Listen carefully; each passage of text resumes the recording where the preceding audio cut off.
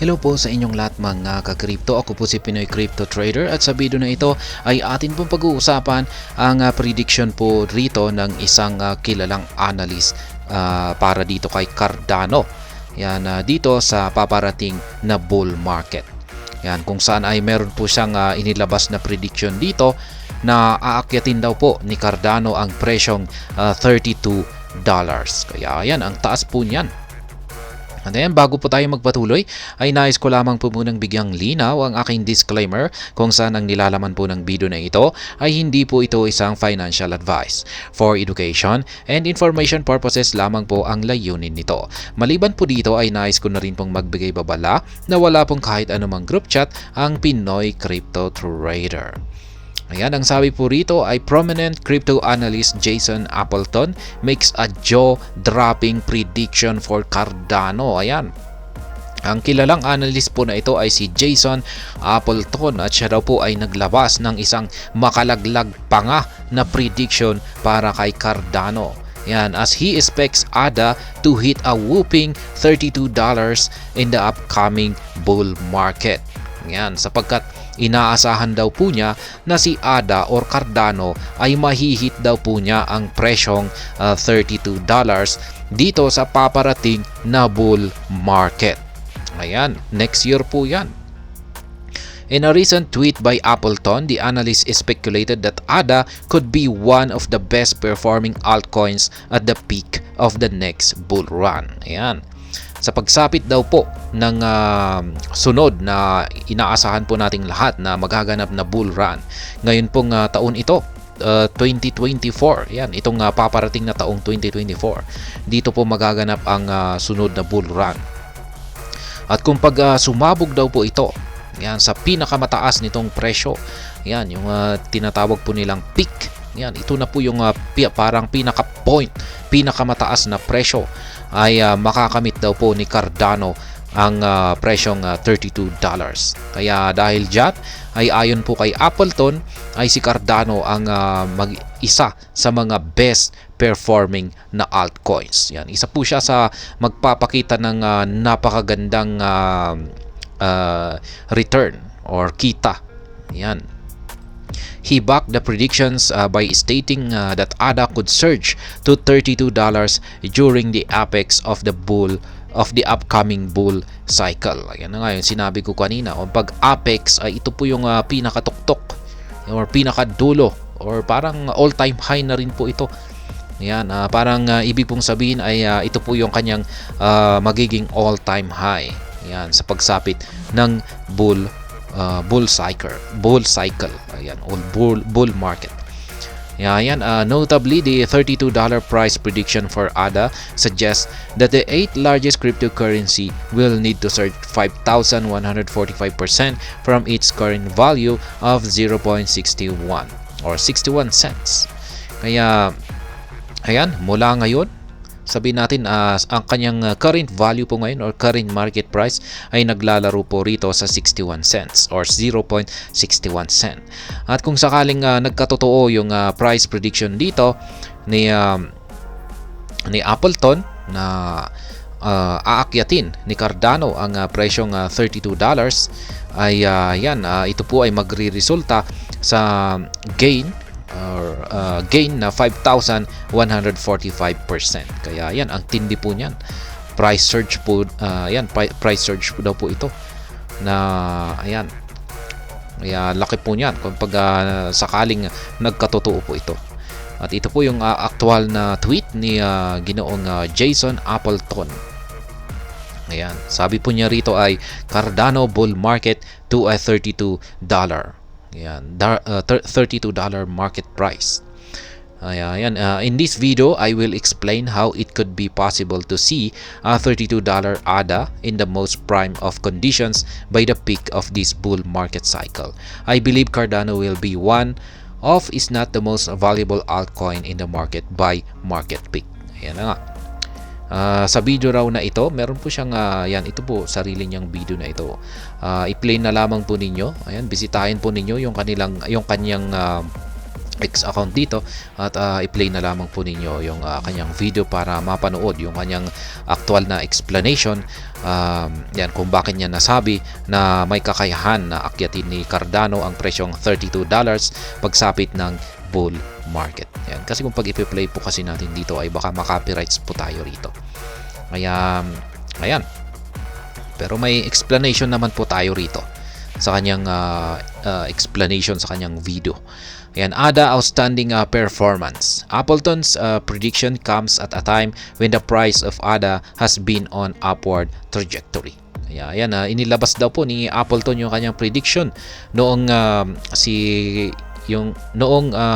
ang market price ni Cardano ay umaangat.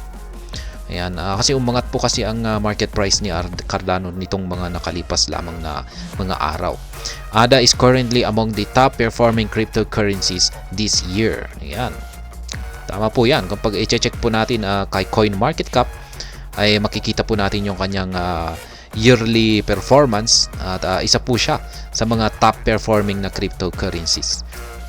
Ayan, the coin's price has rallied 150.6% year to date, surging to nearly 0.68 on December 14. Kaya yan po yung kanyang performance, yung kanyang price, yung kanyang gain. Yan. Mula nung nag-umpisa ang taong 2023, mula January yan hanggang ngayong December. Kaya meron po siyang ipinapakita na ayan, gain na 150.6%.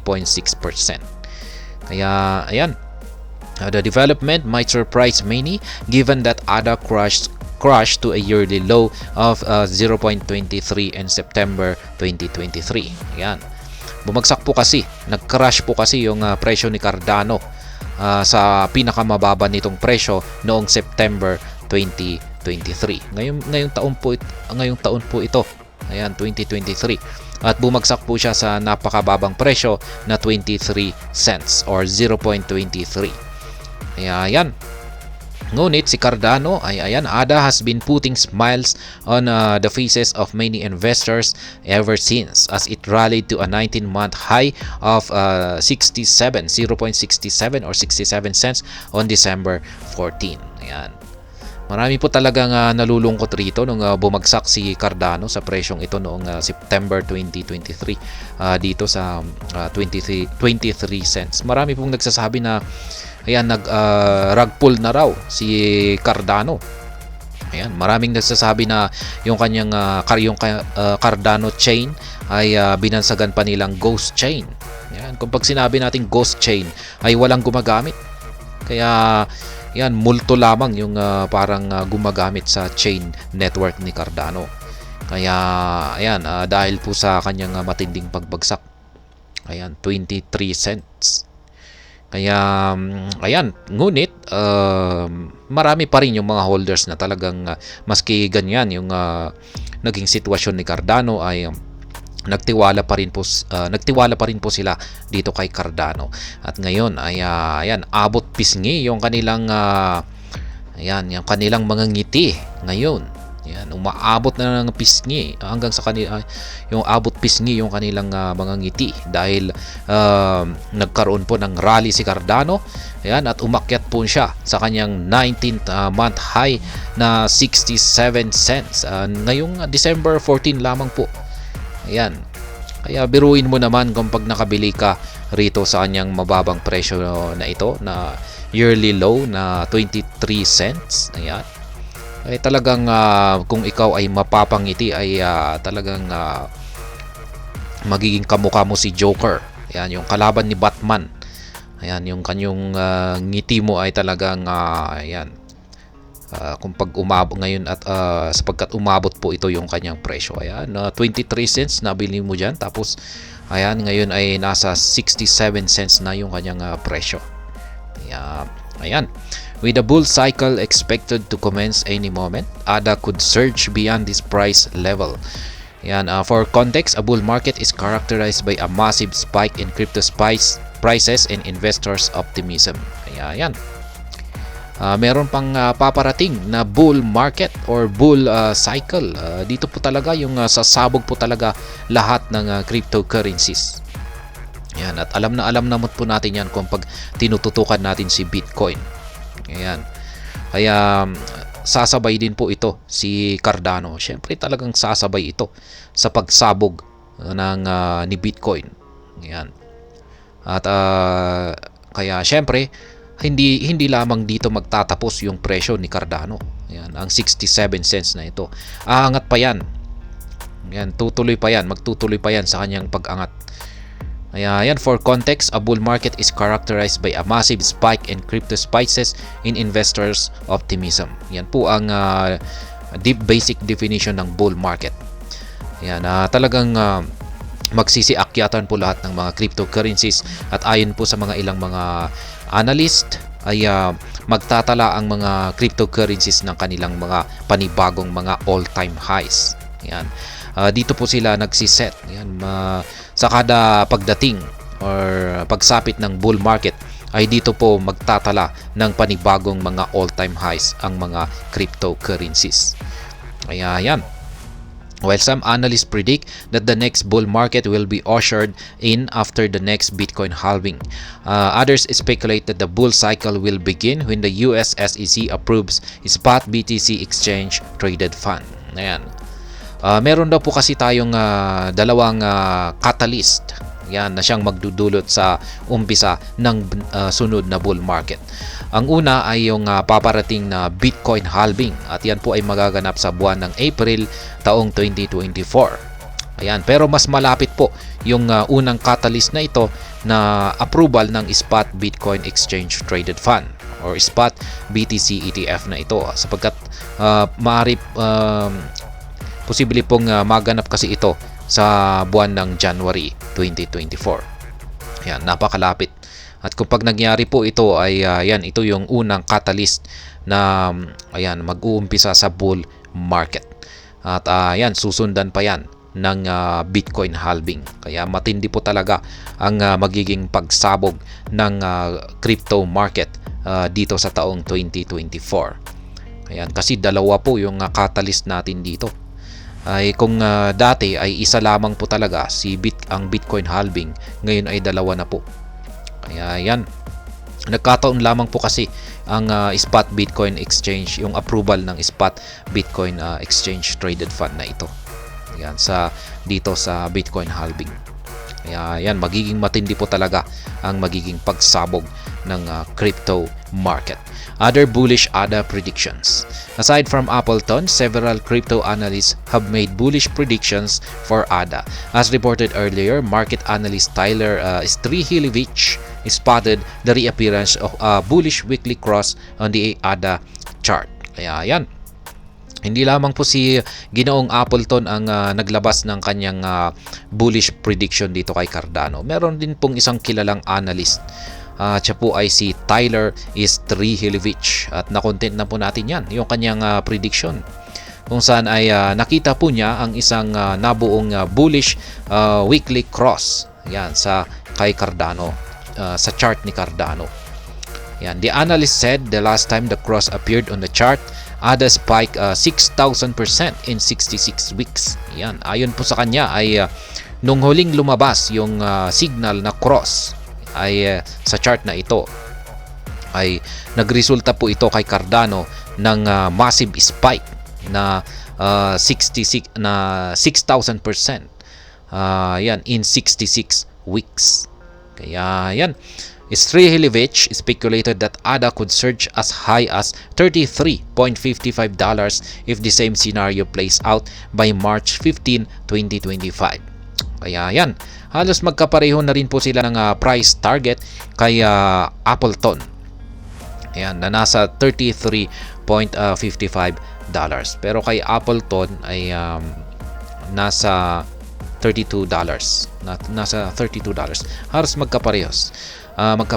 Pero ayan, yun nga lang at dito kay Strihilevich ay makakamit daw po niya ito sa petsang ito, March 15, 2025. Ayan. Similarly, Crypto Capital Venture founder Dan Gambardello predicted that ADA could rally to $11 by 2025.